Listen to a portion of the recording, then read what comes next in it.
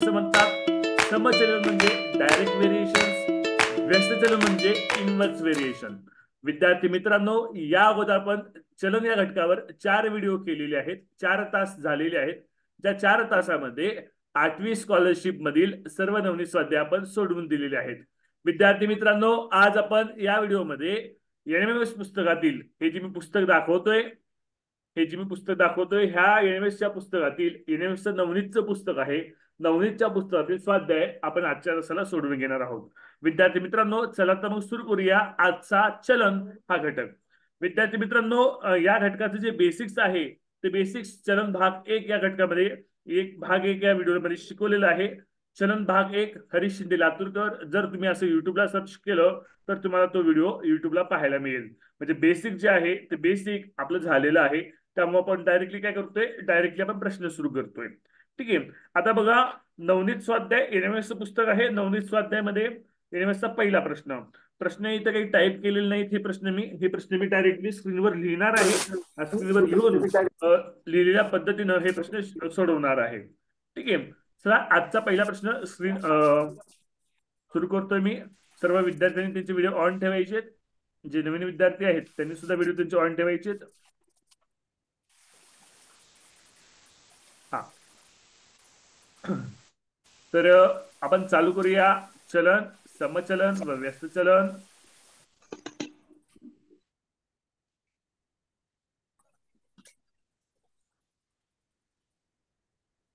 Okay.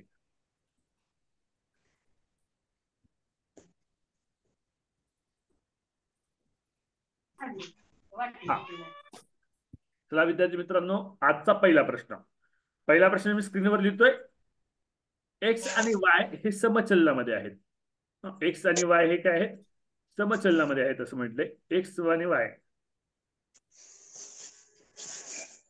हे जे चिन्ह आहे ना, हे चलनाचं चिन्ह आहे बरं का. जे नवीन विद्यार्थी आहेत त्यांच्यासाठी सांगतोय. हे जे चिन्ह आहे ते चलनाचं चिन्ह आहे. एक्स आणि वाय समचलनात आहेत. कशा चलनात आहे, समचलनात आहेत.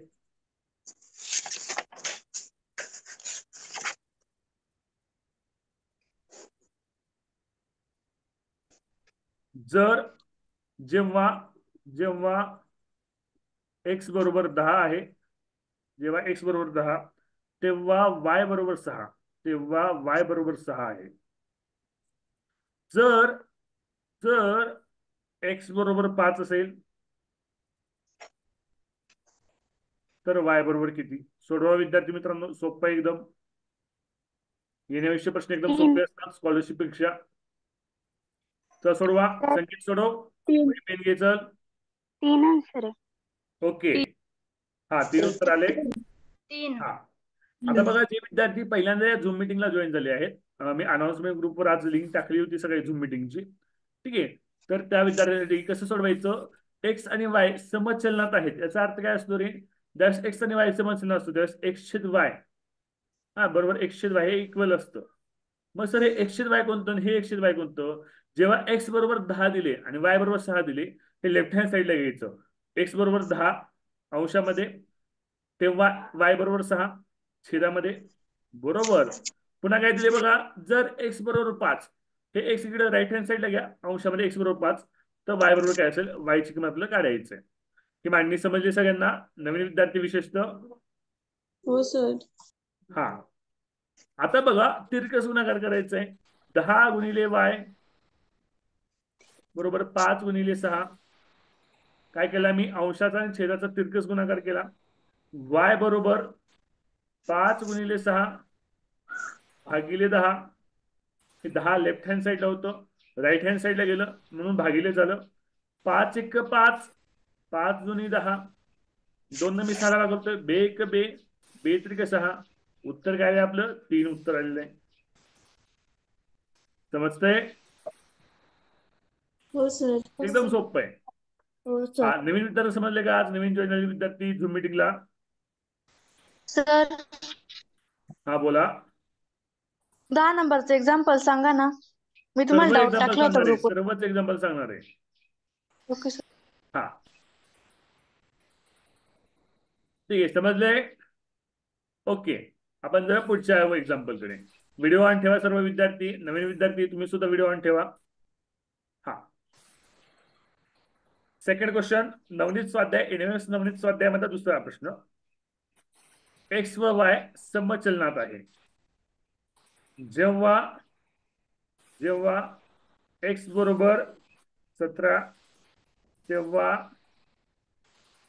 वाय बरोबर 8. सोडवा विद्यार्थी तुम्ही आता.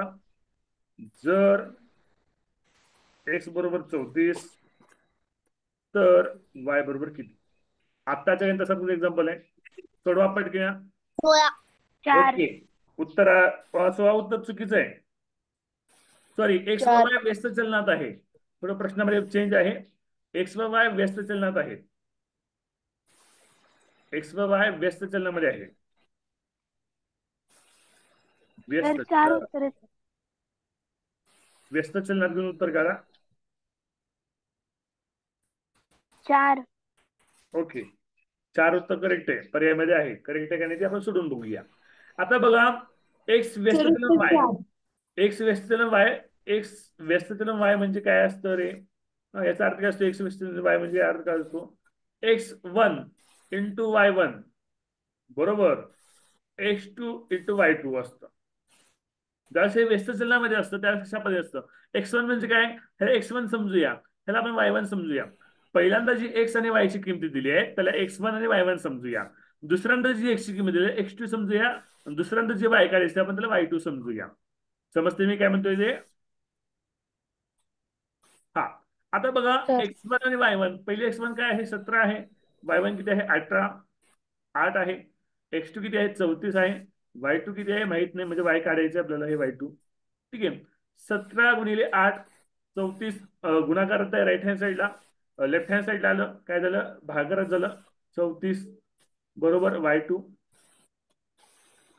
17 ने 34 भागितलं. 17 1 17. 17 2 34. 2 मी 8 ला भागाकार केला. बे एक बे, बे चोक 8. y2 बरोबर काय आलं आपलं 4 उत्तर आलेलं आहे. समजते सगळ्यांना. डाऊट असेल तर विचारा.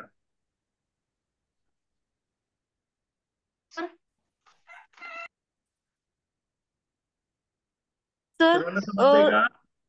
सर हा विचारा. सर 17 गुणिले तुम्ही 17 गुणिले 8 केलं, खाली छेदात 34 कसं काय आलं. हे जे 34 आहे ना हे वायच्या बाजूला 34 होतं बघा. वायच्या बाजूला होतं का नाही.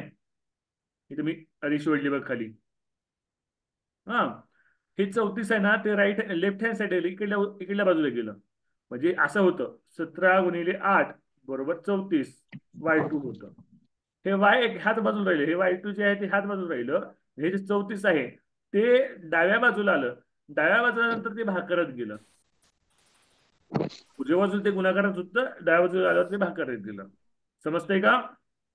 सर हा, सर तिथं x2 y2 ती का कसं आलं.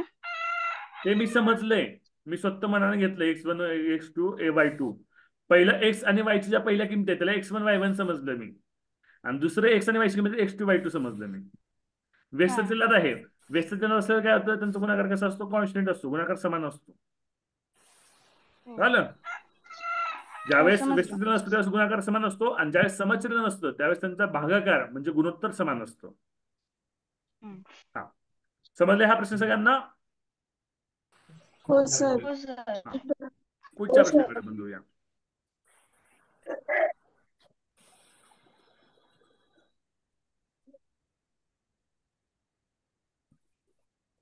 हा, चॅट बॉक्स मध्ये उत्तर टाकण्यापेक्षा डायरेक्टली अॅडमिट करून बोलू शकता. पुढचा तिसरा प्रश्न एनएमएस स्वाध्याय नवनीत एनएमएस स्वाध्याय मधला तिसरा प्रश्न. ठीक आहे, तुमच्या सोबत एक तक्ता दिलाय. त्या तक्त्यामधील चलनाचा प्रकार तुम्हाला शोधायचा आहे. ठीक आहे, हा जो तक्ता दिलाय या तक्त्यामधील चलनाचा प्रकार तुम्हाला शोधायचा आहे.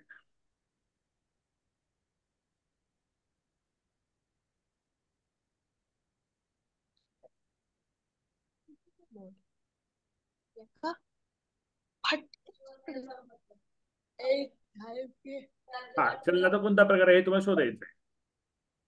आता बघा कसं शोधायचं. ज्यावेळेस त्या चलनाची किंमत ऐका. कोणता प्रकार आहे व्यस्त चलन. तर ए ची किंमत पण काढायचं आहे. पॉईंट 3.5. 3.5. 3.5. आता हा जे नवीन विद्यार्थी आहेत सर व्यस्त त्यासाठी चलनात सांगतोय. 14. ओके, जे नवीन विद्यार्थी आहेत त्यासाठी सांगतोय. आता बघा पहिल्यांदा पीची किंमत काय होती रे, 5 होती. नंतर तिसऱ्या टप्प्यामध्ये पीची किंमत झाली रे 10 झाली, दुप्पट झाली. काय झाली, 5 ची 10 झाली. मग क्यूची किंमत पण दुप्पट झाली का रे? क्यूची किंमत सुद्धा वाढली. एक राशी वाढली, एक राशी वाढली की दुसरी राशी वाढते. त्यावेळेस कोणतं चलन असतं? त्यावेळेस समचलन असतं. कोणतं चलन असतं? समचलन असतं. हा, म्हणून आता हे सोडवायचं आपल्याला. मग 5/7 समचलन म्हणजे गुणोत्तर स्थिर असतं. 2.5 आणि छेदामध्ये ए. ठीक आहे.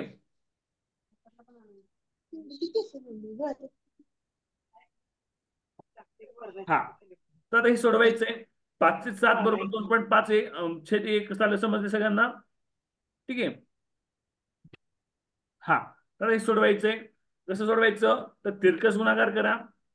5 गुणिले ए बरोबर 2.5 गुणिले 7. ठीक आहे.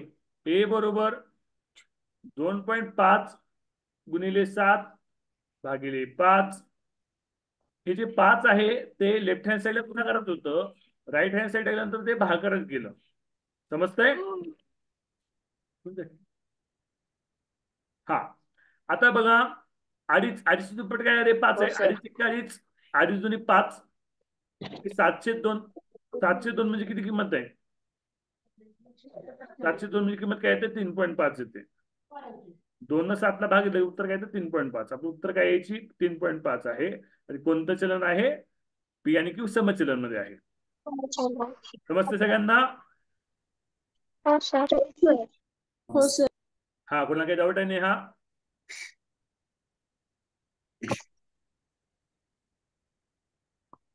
हा, हा प्रश्न समजले सगळ्यांना? ओके, नवीन आलेले विद्यार्थी समजले? आज हो नवीन झालेले सर. विद्यार्थी लाजू नका, ऍडमिट होऊन बोला लवकर. हो सर. ओके, आपण जाऊया पुढच्या प्रश्नाकडे. नवनीत स्वाध्याय एनएमएमएस एनएमएस पुस्तक आहे नवनीत स्वाध्याय, त्यामधील 4था प्रश्न. सोबत जो तक्ता दिलाय त्या सोबतच्या सारणीतील चलनाचा प्रकार ओळखा. हा, आणि त्यावरून एक्सची किंमत काढा. हा 4था प्रश्न आहे. 4था प्रश्न मी स्क्रीनवर घेतो. ए ए छेद बी, ए छेद बी 8/5, 8/5, 1/20, 1/40. ठीक आहे. हा, तर ह्या जी सारणी आहे त्यात चलनाचा कोणत्या प्रकारे शोधायचा आहे? आता हे चलनाचा प्रकार कोणता, कसं शोधायचं? सुरुवातीला ए ची किंमत 8 होती, ए ची किंमत 1 केली. हा, मग ए ची किंमत काय झाली? कमी झाली. तर बी ची किंमत काय झाली रे? 5 ची बी ची किंमत काय झाली? 40 झालेली आहे. म्हणजे बी ची किंमत वाढलेली आहे. म्हणजे एक राशी कमी झाली की दुसरी राशी वाढते. मग ए आणि बी मध्ये कोणतं चलन असणार आहे सांगा? व्यस्त चलन. व्यस्त चलन. ओके, तर ए आणि बी मध्ये व्यस्त चलन आहे. व्यस्त चलन या स्वरूपात दाखवलं जातं, 1/b. ठीक आहे. आता आपल्याला एक्स ची किंमत काढायची आहे. व्यस्त चलनामध्ये काय असतो रे? गुणाकार स्थिर असतो व्यस्त चलनामध्ये. म्हणून 8 गुणिले 5 बरोबर एक्स गुणिले 20. व्यस्त चलनामध्ये काय स्थिर तर असतो? व्यस्त गुणाकार चलनात स्थिर असतो. 2 येते. ओके, ठीक आहे. 2 येते. हो हो, ठीक आहे, ठीक आहे. 8 गुणिले 5 हे 20 राईट हँड साईडला गुणाकारात होतं, लेफ्ट हँड साईडला आलं भागाकारात गेलं. बरोबर एक्स. 5 × 1 = 5, 5 × 4 = 20, 4 × 4, 4 × 2 = 8. सोडवलं मी, एक्स बरोबर काय आलं उत्तर? 2 उत्तर आलं. समजतंय? हो सर. हो सर. चला आपण जाऊया 5व्या प्रश्नाकडे. 5वा प्रश्न मी तोंडी सांगणार आहे. 5वा जो प्रश्न आहे तो मी तोंडी सांगणार आहे. ठीक आहे, थोडं लिहितो वाटल्यास थोडं, मग तर मला लिहावं लागेल, राईट करावं लागेल. पुढीलपैकी कोणते व्यस्तचलनाचे उदाहरण आहे? एनएमएमएस नवनीत स्वाध्याय मधलं पुस्तक आहे. एनएमएसचं जे नवनीतचं पुस्तक आहे त्या नवनीतच्या पुस्तकातील एनएमएसच्या नवनीतच्या पुस्तकातील चलन या घटकातील स्वाध्यायामध्ये आपण प्रश्न सोडवत आहोत. व्यस्त चलनाचं उदाहरण कोणतं विचारते तुम्हाला पुढीलपैकी? व्यस्त चलनाचं उदाहरण. ठीक आहे. पहिला पर्याय आहे लोखंडाचे वजन व आकारमान. लोखंडाचे वजन व आकारमान.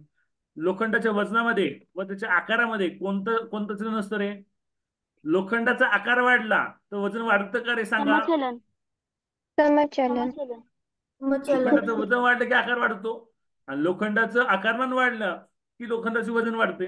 म्हणजे कोणतं चलन असते यामध्ये? समचलन असते. त्यामुळे हा पर्याय उत्तर येणार नाही. दुसरा पर्याय आपण चेक करूया. वस्तूची संख्या व तिची किंमत. समजा आपण वस्तू विकत घेतली. समजा मी 5 पेना विकत घेतल्या तर त्याची किंमत काय होणार आहे? 5×5 = 25 समजा किंमत आहे. समजा मी जास्त पेना विकत घेतल्या किंमत वाढेल का कमी होईल रे? जितक्या वस्तू तितक्या प्रमाणात किंमत वाढेल किंवा जितक्या प्रमाणात किंमत काय होईल? कमी होत जाईल. ठीक आहे. त्यामुळे वस्तूची संख्या व त्याची किंमत यामध्ये समचलन आहे का व्यस्तचलन आहे? समचलन आहे. ठीक आहे. त्यानंतर आपण तिसरा पर्याय चेक करूया. तिसरा पर्याय आहे मजुराची संख्या व कामाचे दिवस. मजुरांची संख्या हो बरोबर आहे. व कामाचे दिवस. आता एक उदाहरण देतो. जे नवीन विद्यार्थी त्यांच्यासाठी थोडं उदाहरण देतो मी. बघा 5 मजुरांना काम करण्यासाठी किती दिवस लागतील? 10 दिवस लागत असतील. 5 मजुरांना काम करण्यासाठी 10 दिवस लागत असतील. समजा मी मजूर काय केले? वाढवले, 10 केले. काम करण्यासाठी दिवस जास्त लागतील का कमी लागतील रे? अरे जास्त म्हणलं. 5 मजुरांना काम करण्यासाठी 10 दिवस लागायचे. आता मी मजुराची संख्या वाढवली काम करणारे. मग काम करणाऱ्यांची संख्या वाढवली दिवस कशी लागतील? काम करण्यासाठी कमी लागतील. हा म्हणजे 10 मजूर केले तर 5 दिवस लागतील. बरोबर का नाही? मग हे कोणत्या प्रकारचं चलन झालं? समचलन झालं की व्यस्तचलन झालं? व्यस्तचलन. ठीक आहे. आणि शेवटचा पर्याय अजून शेवटचा पर्याय आपण डिस्कस करूया. शेवटचा पर्याय आहे आयताची लांबी. आयताची लांबी व आयताचे क्षेत्रफळ. कोणतं चलन आहे सांगा? आयताची लांबी वाढवली की आयताचे क्षेत्रफळ वाढेल का कमी होईल रे? आयताची लांबी कमी केली आयताचे क्षेत्रफळ वाढेल का कमी होईल? कमी होईल. हा मग हे कोणत्या प्रकारचं चलन झालं? हे समचलन झालं. नवनीत स्वाध्याय एनएमएमएस नवनीत स्वाध्याय मधले हे 5वा प्रश्न आहे. एनएमएमएस नवनीत स्वाध्याय मधला आपण 6वा प्रश्न पुढे घेतोय. ठीक आहे. 6वा प्रश्न सुद्धा डिस्क्रिप्टिव्हच आहे. तुम्ही लिहितो इथं बोर्डवर लिहितो. हा पुढीलपैकी कोणता पर्याय विसंगत आहे विचारले. हा काय विसंगत म्हणजे चुकीचा पर्याय शोधायचा. विसंगत पर्याय शोधणे म्हणजे काय? चुकीचा पर्याय शोधणे. ठीक आहे. पहिला पर्याय फळांची संख्या व विद्यार्थी संख्या यानुसार त्यांचे वाटप. हा पर्याय बरोबर वाटतोय का चुकीचा वाटतोय रे? बरोबर. फळांची संख्या आहे. समजा फळ आहेत. जितके फळ आहेत ते फळ जर विद्यार्थ्यांनी वाटायचे असतील तर समजा फळ आहेत 10 आणि विद्यार्थी आहेत 5 तर प्रत्येक विद्यार्थ्याला किती फळ येतील? 2 फळ येतील. हा मग हे पर्याय कसा आहे? बरोबर वाटतो ना हा पर्याय? हा तिथे चलन गेलं काही विचारलं नाही. आता बघा दुसरा पर्याय आहे वर्तुळाची त्रिज्या व वर्तुळाचा परिघ. वर्तुळाची त्रिज्या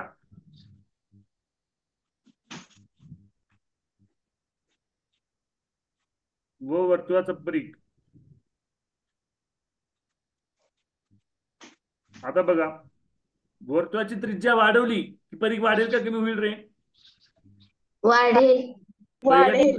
परिघाचं सूत्र काय? परिघ बरोबर सूत्र आहे 2πr उपायात आर म्हणजे त्रिज्या. त्रिज्या वाढवली की परीघ वाढणार, त्रिज्या कमी केली की परीघ कमी होणार. मग हे पण कसं चलन झालं, समचलनाचं उदाहरण आहे. समचलन ओके. आता बघा तिसरा पर्याय, समान व्यासांच्या नळाची संख्या, समान व्यासांच्या नळाची संख्या व पाण्याची टाकी भरण्यास लागणारा वेळ.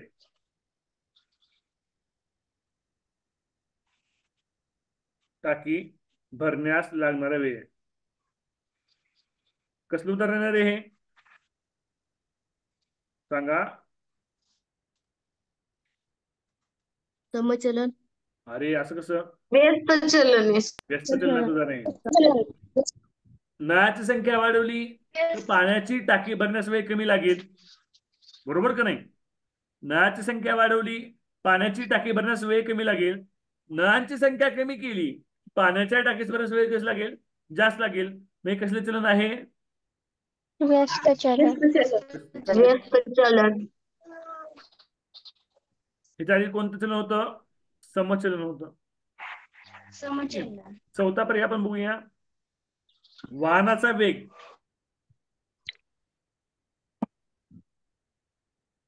वाहनाचा वेग व ठराविक अंतर कापण्यासाठी लागणारा वेळ. ठराविक अंतर, ठराविक अंतर कापण्यास लागणारा वेळ. कापण्यास लागणारा वेळ. हा कसलं चलन आहे रे हे, समय का व्यस्त आहे. वाहनाचा वेग वाढवला की वेळ कमी लागतो का जास्त लागतो.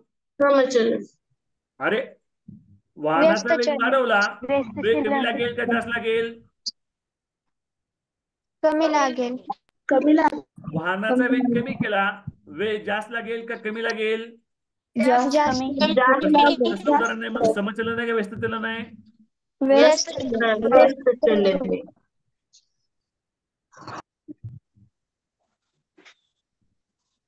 आता बघा इकडे बघा, समजा फळाची संख्या व विद्यार्थी यानुसार वाटप. समजा फळ वाढवले, हे कसलं उदाहरण आहे, फळाची संख्या व विद्यार्थी यानुसार त्यांचे वाटप. हे कोणतं चलनाचं उदाहरण होईल, हे पण व्यस्त चलनाचं विद्यार्थी होईल. समजा विद्यार्थी वाढवले तर फळ काय होतील, कमी येतील विद्यार्थ्यांना. विद्यार्थी जर कमी असतील तर फळ काय येतील वाट्याला, जास्त फळ येतील, बरोबर का नाही. उदाहरण बघूया. समजा 100 फळ आहेत, 100 फळ आहेत, विद्यार्थी 10 घेतले, 10 विद्यार्थ्याला समान फळ वाटले तर प्रत्येकी विद्यार्थ्याला 10 फळ येतील. समजा विद्यार्थी वाढवले, विद्यार्थी 20 केले, फळ प्रत्येक विद्यार्थी काय येतील, कमी येतील, 5 फळ येतील, बरोबर का नाही. मग हे कसलं उदाहरण आहे, समचलनाचं उदाहरण आहे का व्यस्त चलनाचं उदाहरण आहे. व्यस्त चलन पहिला पर्याय व्यस्त चलनाचं उदाहरण, दुसरा पर्याय समचलनाचं उदाहरण, तिसरा पर्याय व्यस्त चलनाचं उदाहरण, चौथा पर्याय व्यस्त चलनाचं उदाहरण. विसंगत पर्याय कोणता आहे यामधला, पर्याय क्रमांक 2. ठीक आहे, येत्या लक्षामध्ये. हा आपण जाऊया 7व्या प्रश्नाकडे. हा 40 मजूर एनएमएमएस नवनीत स्वाध्याय चलन या घटकातील 7वा प्रश्न. 40 मजूर 40 मजूर एक काम, 40 मजूर एक काम 18 दिवसात पूर्ण करतात.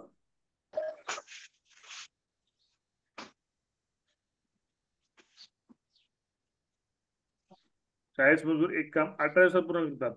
तर 36 मजूर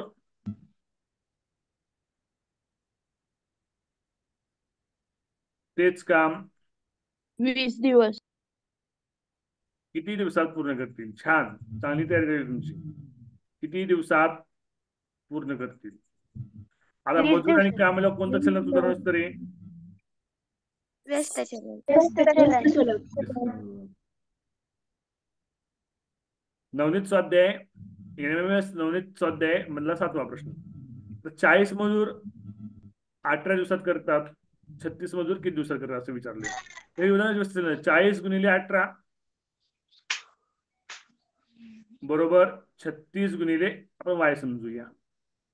हा किती कामाची वस्ती वाय समजलेत मी. वाय समजले कामाच्या दिवसाला. सोडवायचे 40 गुणिले 18 36 राईट हँड साईडला होतं गुणाकारामध्ये. लेफ्ट हँड साईडला घेतल्यावरती काय जाईल भाग जाईल. बरोबर वाय 20 दिवसात सर. हा 20. ओके. 20 4 दिवसात. 40 4 9 36 9 1 9 9 2 18 वरचे 10 आणि 2 गुणाकार 20 आला.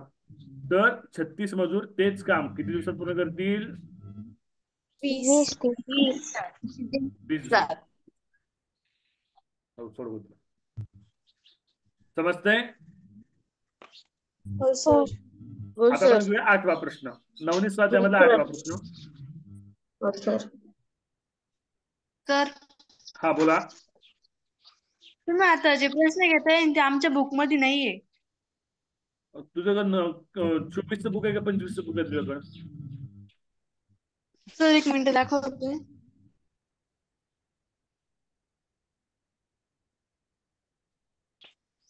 सर दाखव ना बुक. माझ्याकडे ते बुक नाही घ्यायचं. ते बुक आपलं एनएमएस बुक नाहीये. ते बुक सर वापरायचं. आम्हाला ते बुक सर वापरायचं नाही. शाळेतून सर हो हो सांगितलं सर पण ते बुक वापरू नका. ते तुमचं हाय लेवलचं बुक आहे. ते आर्टिफिशियल लेवलचं बुक नाहीये. ठीक आहे. हा ते बुक वापरू नका. ते एमपीएससीचं बुक आहे. हा ठीक आहे. बघा आपण जवळपास आज नवनीत स्वाध्याय एनएमएमएस नवनीतचं पुस्तक कोणतं आहे. पुस्तक दाखवतो तुम्हाला 1 मिनिट मी. हे बघा हा पुस्तकातून आपण घेतोय.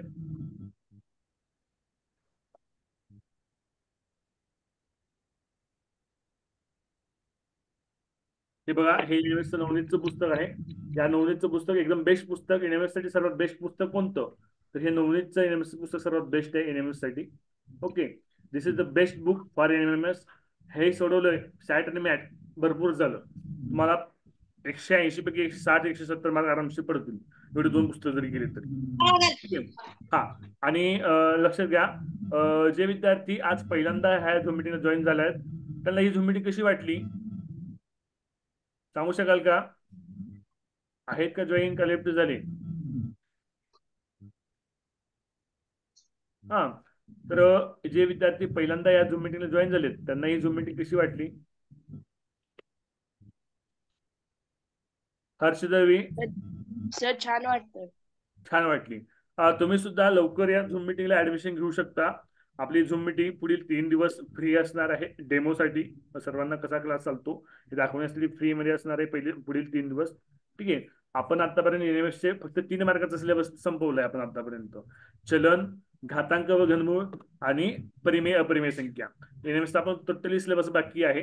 त्याचबरोबर आपल्या झूम मीटिंगच्या विद्यार्थ्यांना जर होमवर्क दिला जातो त्यांचा गणित विज्ञान आणि इतिहास भूगोल या विषयांचा सुद्धा अभ्यास घेतला जातो. त्याच पद्धतीनं 8वी स्कॉलरशिप नवनीत मधील सर्व प्रश्न गणिताचे प्रश्न सोडवून दिले जातात. स्कॉलरशिपसाठी तुम्हाला गणित विषयामध्ये मास्टर बनवलं जातं. बुद्धिमत्ता विषय एकदम मास्टरली क्लासिकली शिकवला जातो. त्यामुळे बुद्धिमत्ता व गणित विषयात तुम्हाला स्कॉलरशिपला खूप चांगले मार्क मिळतील. तुम्हाला 8वी स्कॉलरशिप एनएमएमएस या दोन्ही शिष्यवृत्ती मिळवण्यासाठी आपल्या या झूम क्लासचा फायदा होईल. त्यामुळं आपल्या या क्लासमध्ये मोजकेच सीट शिल्लक राहिलेले आहेत. ज्यांना प्रवेश घ्यायचा आहे त्यांनी माझा जो कॉन्टॅक्ट नंबर आहे 7972523220 या कॉन्टॅक्ट नंबरवर त्यांच्या आई वडिलांना कॉल करायला सांगायचंय आणि लवकर प्रवेश घ्यायचा आहे. आपले प्रवेश 15 जून नंतर बंद होतील शक्यतो. 15 ते 20 जून नंतर आपले प्रवेश बंद केले जातील कारण तोपर्यंत सिलेबस पुढे जाईल बऱ्यापैकी. त्यानंतर नवीन प्रवेश घेतले जाणार आहेत 15 किंवा 20 जून नंतर. त्यामुळे जे विद्यार्थी हा व्हिडिओ युट्यूबला पाहत असतील त्यांनी सुद्धा लक्षात घ्या स्क्रीनवर जो नंबर दिसत होता याच्या अगोदर मी शिकवत असताना त्या नंबरवर तुमच्या आई वडिलांना तुम्ही कॉल करायला सांगू शकता व झूम मीटिंगला प्रवेश घेऊ शकता. ठीक आहे. शेवटचा एक मीटिंग या झूम मीटिंग मध्ये राहिलेलं आहे. हा बोला. सर माझ्या मोबाईलची चार्जिंग कमी आहे. उद्या क्लास आहे का नाही. हो उद्या क्लास आहे 7 वाजता. हा. परत रिजॉईन व्हायचं नाही आज बरं का. ओके उद्या हे जे पुस्तक आहे ते कंटिन्यू करूया. उद्या थोडे अवघड प्रश्न असतील. आज सोपे प्रश्न आले होते उद्या थोडे अवघड प्रश्न आहेत ह्याच्यापेक्षा. ठीक आहे. सर हा बोला. तुम्ही जे पुस्तक दाखवलं ते दुकानात आलं विकायला. हो दुकानात आहे. 24 असलं तरी घ्या. हे 24 पुस्तक आहे. 25 नसलं आलं 24 असलं तरी घ्या, चालतोय. गेल्या वर्षी आले सर दुकानात पुस्तके, गेल्या वर्षी आलेले सर पुस्तके त्याची किंमत किती आहे? दुकानात जाऊन विचारा. काय एक 500-600 रुपये किंमत लागते साईड आणि मॅटला मिळून. सर 500 रुपये लागतात. तिथे एक छेद नाही म्हणजे एक्स आणि ते चिन्ह असतं, मग एक छेद वाय त्यावेळेस असतं. एक्स हे चिन्ह एक चलनाचं चिन्ह ज्यावेळेस एक छेद वाय स्वरूपात लिहिलं जातं त्यावेळेस व्यस्त चलन असतं. त्यावेळेस एक्स चलन वाय लिहिलं त्यावेळेस समचलन असतं. ते प्रश्नात येतं का म्हणजे डायरेक्ट? येतं तसं येतं. ठीक आहे, शेवटचा आपला मिनिट आहे. आपली मीटिंग कधी एंड होऊ शकते. ठीक आहे, जे विद्यार्थी हा व्हिडिओ युट्यूबला पाहत आहेत त्यांना जर आजचं टीचिंग आवडलं असेल तर व्हिडिओला लाईक करा, चॅनलला सबस्क्राईब करायला विसरू नका. आणि होमवर्क पाठवतोय जो मीटिंगचे विद्यार्थी तो होमवर्क सुद्धा करा. ठीक आहे, मीटिंग एंड होईल. शेवटचा मिनिट चालू आहे आपला. सर उद्या तास आहे का? आहे उद्या. आज 4 तारीख, 5, 6, 7 तारखेपर्यंत तास आहे. 7 तारीख ते 15 जून तास नसणार आहे. मी तिरुपतीला चाललोय त्यामुळे तास नसणार आहे. 7 जून ते 15 जून. तर विद्यार्थी मित्रांनो, आज पाहूया एनएमएस नवनीत स्वाध्यायामधला 8वा प्रश्न. 7 किलो शेंगदाण्याची किंमत 7 किलो शेंगदाण्याची किंमत 7 किलो शेंगदाण्याची किंमत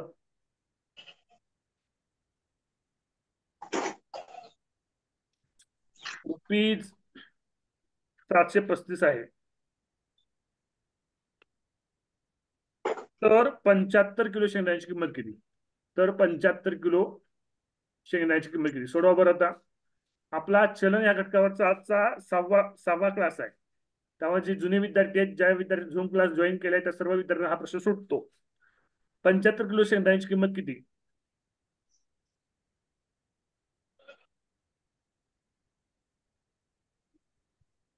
7,875.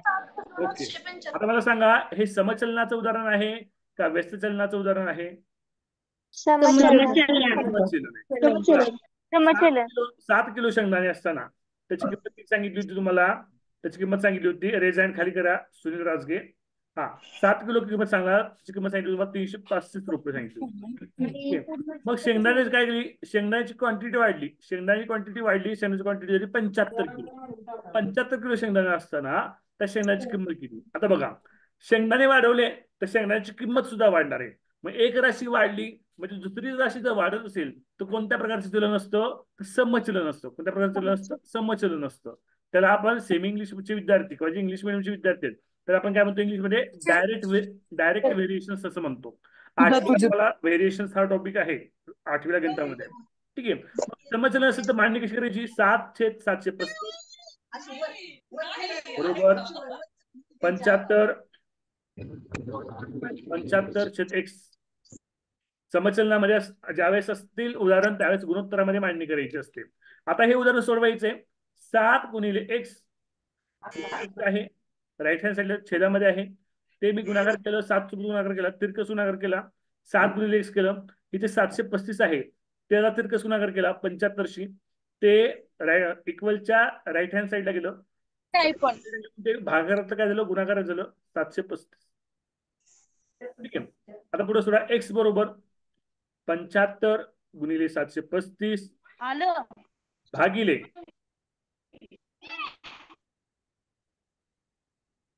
भागिले 7. हे जे 7 आहे ते ऐकलेल्या साईडला एक्सच्या गुणाकारात आहे. ते राईट हँड साईडला गेलं, इक्वलच्या उजव्या बाजूला गेलं. गुणाकारच होतं, इक्वलच्या उजव्या बाजूला नेल्यावर तो भाग करत गेलं. ओके, आता 7 न 735 ला आपण भाग घालूया. 7 1 7, 7 10 70, उरले 3, 7 5 35, 55,105. ओके. एक्स गुणिले 100, एक्स बरोबर 75 गुणिले 105. सांगा गुणाकार काय येतो? एक जण सांगा कोणी पण. 7,855. 7,855 आपलं उत्तर आहे. 7,855. एकानं सांगा म्हणलं होतं मी, किती जणांना सांगितलं? 7,855. एकदम सोपा प्रश्न आहे. असे सोपे प्रश्न नेहमी असतात आणि स्कॉलरशिपला कसे प्रश्न असतात तुम्ही पाहिलेलं आहे. स्कॉलरशिपचा घेतलेला आहे.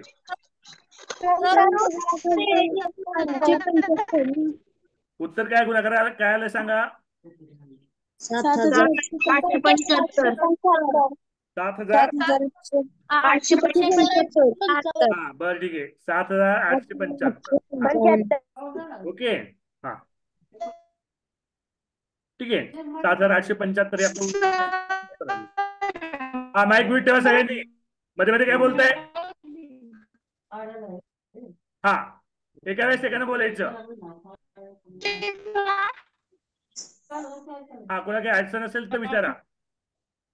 सर उत्तर 7,885 येत आहे. पर्यायामध्ये 7,875 आहे. तुम्ही गुणाकार चेक करा. पर्यायामध्ये 7,875 आहे. 85 नाही आहे पर्यायामध्ये. गुणाकार चेक करा तुमचे. गुणाकार तुम्ही केलाय मी नाही केला गुणाकार. तुम्ही गुणाकार सांगताय आणि एका वेळेस एकानं बोलत चला. हा या प्रश्नामध्ये कुणाला डाऊट आहे का. ते गुणाकार कमी जास्त तुम्ही बघून घ्या. गुणाकार सगळ्याला करता येतो. प्रश्न समजला का सांगा. हो हा सर. पुढच्या प्रश्नाकडे आपण जाऊया. हो सर. एका वेळेस एकानं बोला. पुढचा प्रश्न 9वा प्रश्न.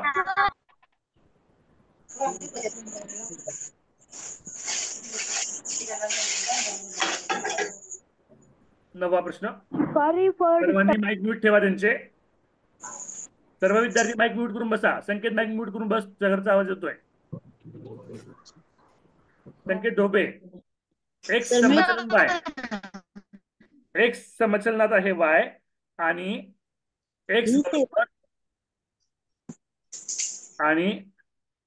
एक्स बरोबर 35. संकेत माईक म्यूट ठेव. मी म्यूट करतोय माईक इथून. अनम्यूट करू नको. हा एक्स बरोबर 35 असताना वाय बरोबर 175 तर वाय बरोबर 55 असताना एक्स बरोबर किती. आता एक्स समचलन आहे वाय. मग कोणतं चलन आहे. एक्स असं चिन्ह दाखवलं तर हे समचलनाचं चिन्ह आहे. कसं आहे समचलनाचं चिन्ह आहे. व्यस्तगत चलन कधी सांगितलं जातं. हा लोअर हँड करा. व्यस्त चलन असताना एक्स व्यस्त चलन वाय हे असं लिहिलं जातं. हे झालं व्यस्त चलनामध्ये आणि हे झालं समचलनामध्ये. ठीक आहे.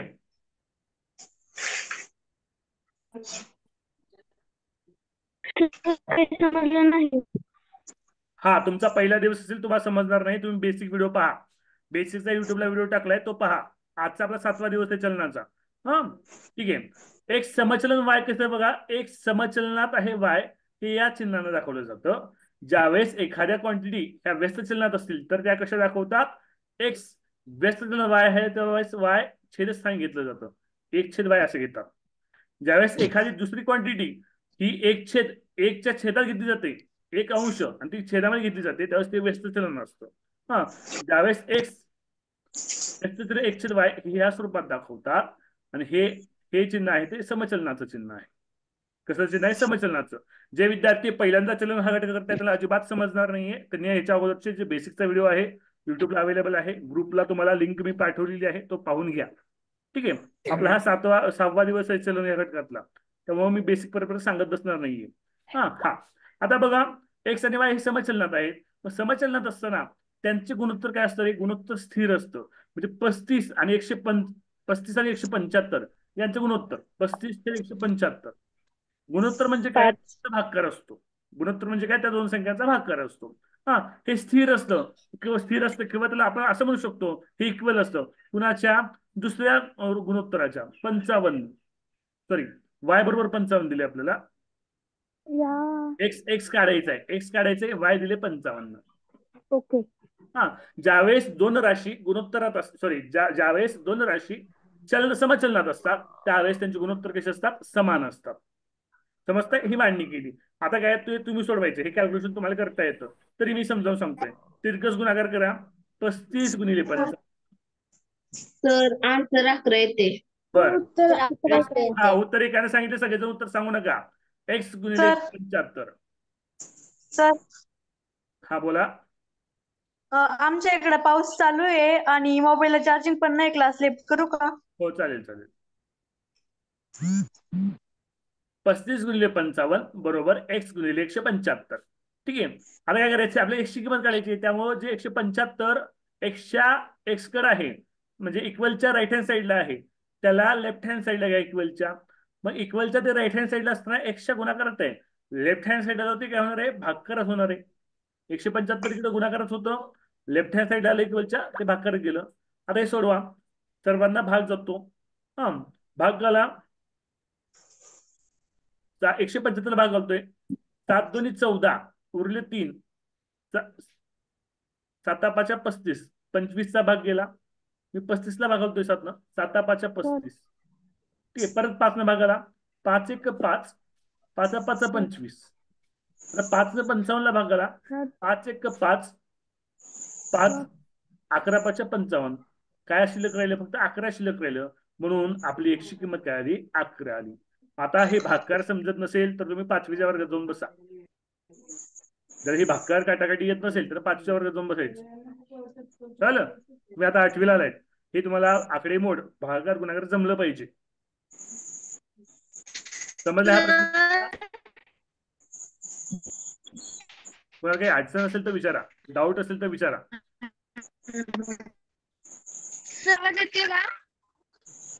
तुला काही डाऊट आहे का? सर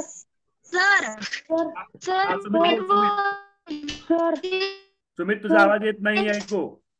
सर हॅलो सुमित तुझा आवाज ऐकू येत नाहीये.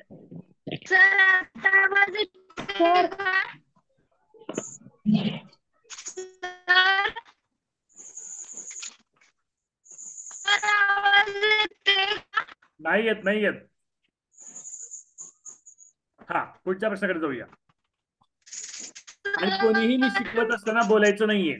माझं पूर्ण प्रश्न संपला की तुमची डाऊट विचारायची. बोल सायली.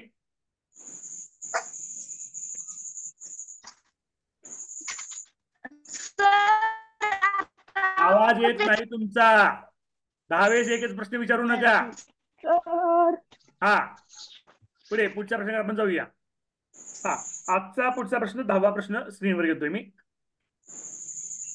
10 प्रिंटरला छपाईचे काम करण्यास 10 प्रिंटरला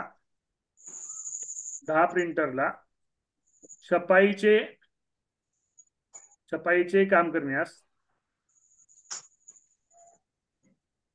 10 प्रिंटरला छपाईचे काम करण्यास 9 दिवस लागतात. 9 दिवस लागतात.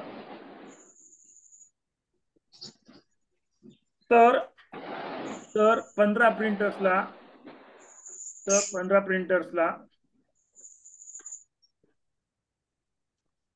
ते काम करण्यास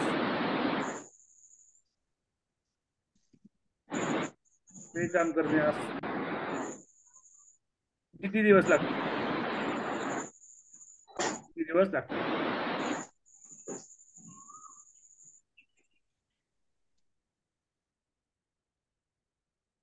हा, सर्वांना म्यूट केले मी. आता प्रश्न संपला की अनम्यूट करतो. मग किती दिवस लागतील?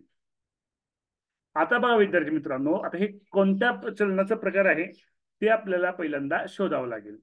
ठीक आहे, कोणता प्रकार आहे ते. आता 10 प्रिंटर छपाईचे काम करण्यास किती दिवस घेतात रे? 10 प्रिंटरला छपाईचं काम करण्यासाठी 9 दिवस लागतात. आता प्रिंटरची संख्या वाढवली हा तर दिवस कमी लागतील, बरोबर का नाही? हा, तुम्ही दिसताय मला व्हिडिओमध्ये. व्हिडिओ ऑन ठेवा सर्वांनी व्हिडिओ ऑन ठेवा. तुम्ही माना हलवा, तुम्ही दिसताय मला व्हिडिओमध्ये.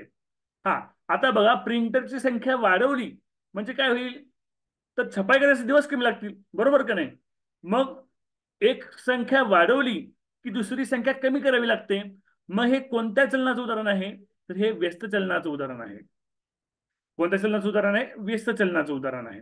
म्हणून याची मांडणी करताना कशी करायचं, तर ज्यावेळेस व्यस्त चलन असतं, व्यस्त चलनामध्ये काय असतं विद्यार्थी मित्रांनो? व्यस्त चलनामध्ये त्या दोन क्वांटिटीचा गुणाकार समान असतो. काय समान असतो?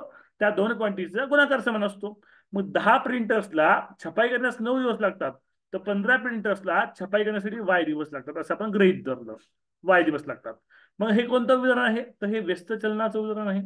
व्यस्त चलनामध्ये त्यांचा गुणाकार कसा असतो? स्थिर असतो किंवा समान असतो. म्हणून 10 गुणिले 9 हा गुणाकार समान असणार आहे कुणाच्या 15 गुणिले वायच्या.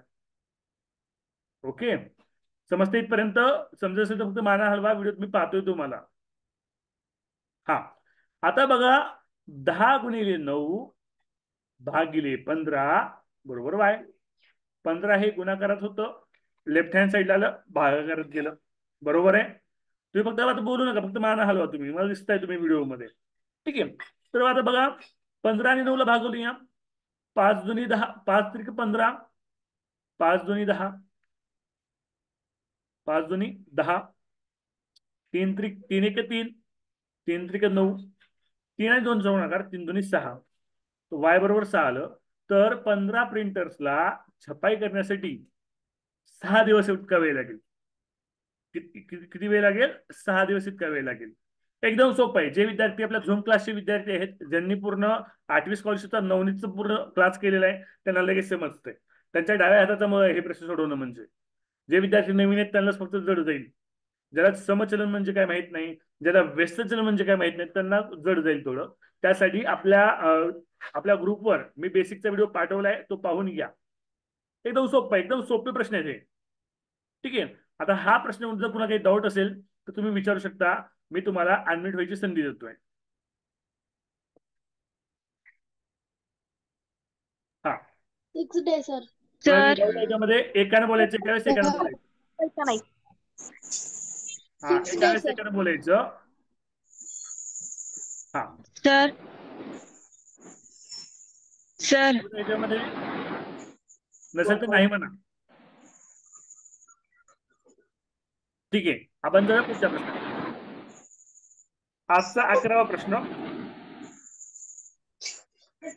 यम व्यस्तचलन आहे 1 वर्गमुळात यन.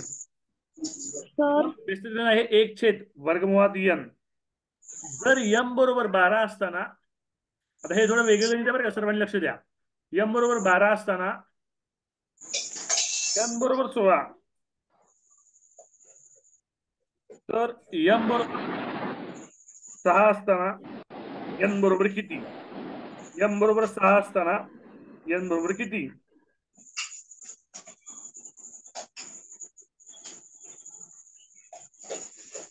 हा, तो सोडवा. हे कसं सोडवायचं बघा. काय करावं लागेल सांगा बरं. सर आपल्याला यम आणि यम घ्यावं लागेल आणि त्यांच्या खाली मांडणी करून घ्यावी लागेल. आणि हे व्यस्त चलन आहे, त्यामुळे त्यांचा समोरासमोर गुणाकार करून घ्यावा लागेल. बरोबर आहे. 12 यम ची किंमत 12 असताना यांची किंमत काय होती? वर्गमुळात 16 होती. ठीक आहे, तर यम बरोबर 6 असताना यांची किंमत काय आहे आपल्याला विचारलेलं आहे. कोण? यांची किंमत 16 होती, यम बरोबर झाली असं विचारलेलं तुम्हाला. ठीक आहे, तर 12 गुणिले 16 बरोबर 6 गुणिले यन. यन काढून मी यन घेतला. ठीक आहे, तर हे सोडवा. 12 गुणिले 16, 6 आलं छेदामध्ये, बरोबर यन. साइन दोन्ही 12, 16 दोन्ही 32, 32 आपलं उत्तर आहे. तुला काही डाऊट आहे सर पण प्रश्नामध्ये? सर मला आहे. हा, विचारा. पण सर इथं 32 माझं पण आन्सर आलंय, पण मागं आन्सर शीट असते ना, त्याच्यामध्ये चेक केलं तर 64 आन्सर येत. किती दिले आन्सर? 64. 64 दिले का? हा, आपल्याला 16चा वर्गमूळ इथं घ्यावं लागेल. मग वर्गमात येण्यावरती आपण व्यस्त थोडं बदल करू. तसं नाही करावं लागेल. हा, मी करतो बदल. ओके, करतो मी बदल. हा, यम व्यस्तचलन आहे वर्गमुळात यन. यांचं व्यस्तचलन आहे, याचा अर्थ यम बरोबर 12 असताना व्यस्तचलनात यन काय असलं पाहिजे? वर्गमुळात यन असलं पाहिजे. यनची किंमत तुम्हाला काय दिली आहे? 16 दिलेली आहे. काय दिली आहे? 16. मग वर्गमुळात 16 म्हणजे किती होते सांगा? 4. वर्गमुळात 16 म्हणजे 4. वर्गमुळात यांची किंमत 4 घ्या. वर्गमुळात यांची किंमत काय घ्या? 4 घ्या. हा, मग बघा, तर यम सॉरी सर हा, मी करतोय, बोलू नका मध्ये. 12 गुणिले 4, 4 कसली किंमत आहे? वर्गमुळात n ची किंमत आहे. व्यस्त चिन्हामध्ये काय दिले? वर्गमुळात n दिलेलं आहे. हा बरोबर. हा m काय दिले? दुसरा 6 दिले.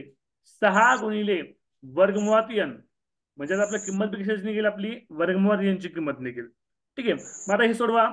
12 गुणिले 4 भागिले 6 बरोबर वर्गमुळात n. ठीक आहे. आता हे 6 1 6, 6 2 12, 4 2 8, 8 बरोबर वर्गमुळात n. परंतु आपल्या वर्गमुळात n विचारले का? नाही. आपल्याला काय विचारले? आपल्याला n ची किंमत विचारली. मला वर्गमुळात n ची किंमत 8 आली आहे. मग n ची किंमत काढण्यासाठी काय करावं? दोन्ही बाजूचा वर्ग करायचा. 8 गुणिले 8 करा आणि वर्गमुळात n ला पण वर्ग करायचा. वर्ग करा म्हणजे त्या संख्येने त्याला गुणणे. ठीक आहे. 8 8 64 आणि वर्गमुळात n गुणिले वर्गमुळात n काय येते? n येते. मग n ची किंमत आली 64 आली. समजते आता? हो सर. हो सर. आपण तुम्हाला कितपत डबल बघायचं होतं मला. आपले जे झूम क्लासचे विद्यार्थी त्या ऑलरेडी. सर मला एक एक जण बोला, डाऊट आहे. एक जण बोला. हा बोला. सर मला तुम्ही एन वर्गमुळात डबल का घेतलं? काय म्हणला? वर्गमुळात एन जे आहे ना ते तुम्ही डबल का घेतलं? डबल म्हणजे इथं का नाही? इकडे बघ आता. इथं आपल्याला m ची किंमत 2दा दिलेली आहे आणि मग वर्गमुळात n ची किंमत आपल्याला डबल घ्यावी लागणार आहे. हा लक्ष इकडे दे. इकडे बघ. m 12 दिलं होतं सुरुवातीला, त्यावेळेस n ची किंमत 16 दिली होती. बरोबर आहे.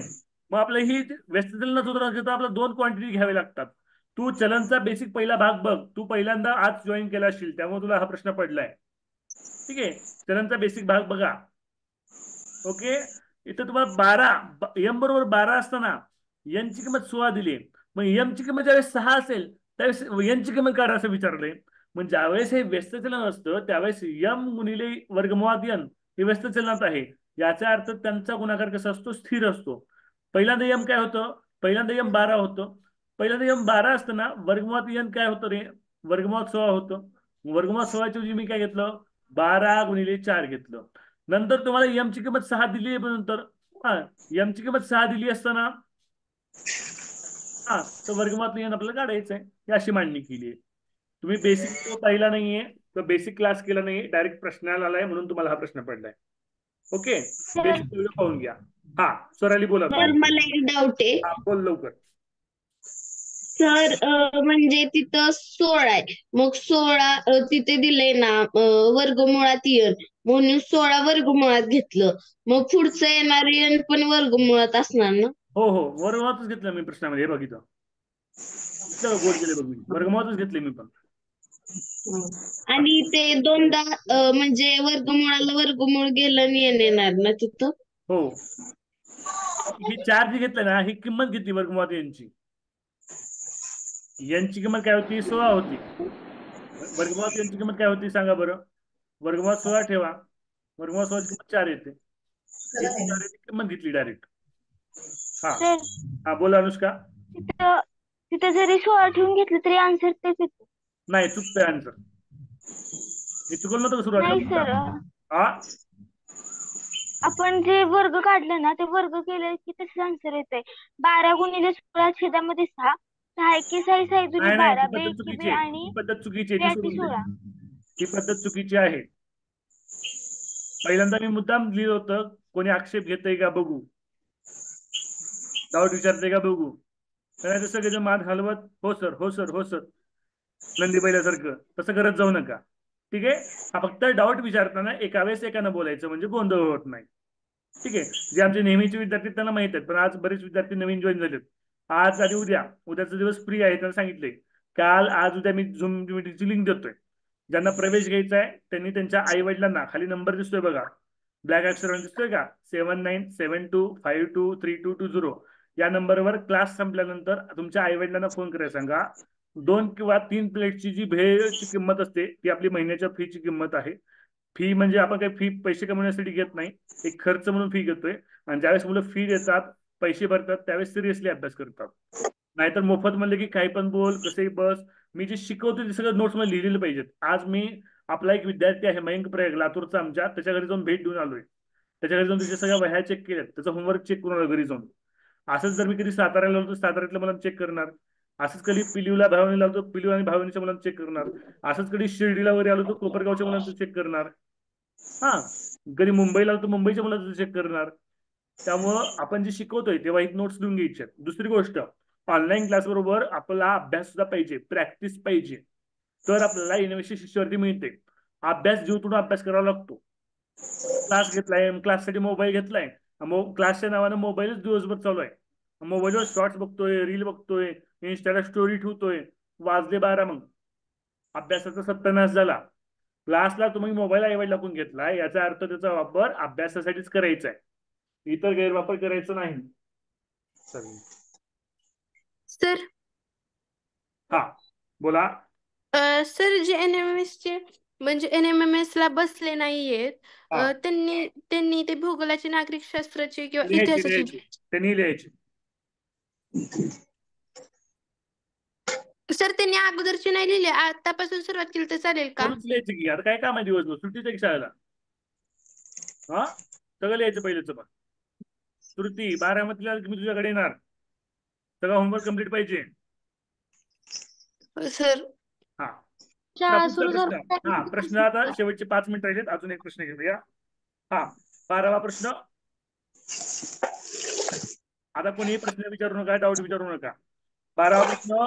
एक्स व्यस्त चलन आहे, वाय.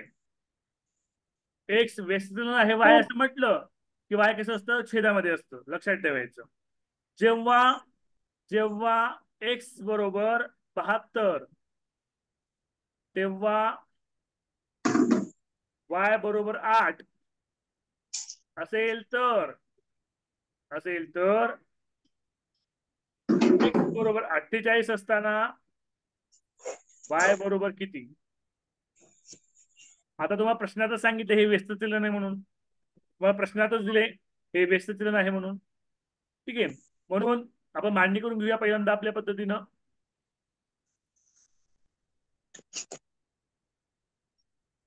एक मिनिट.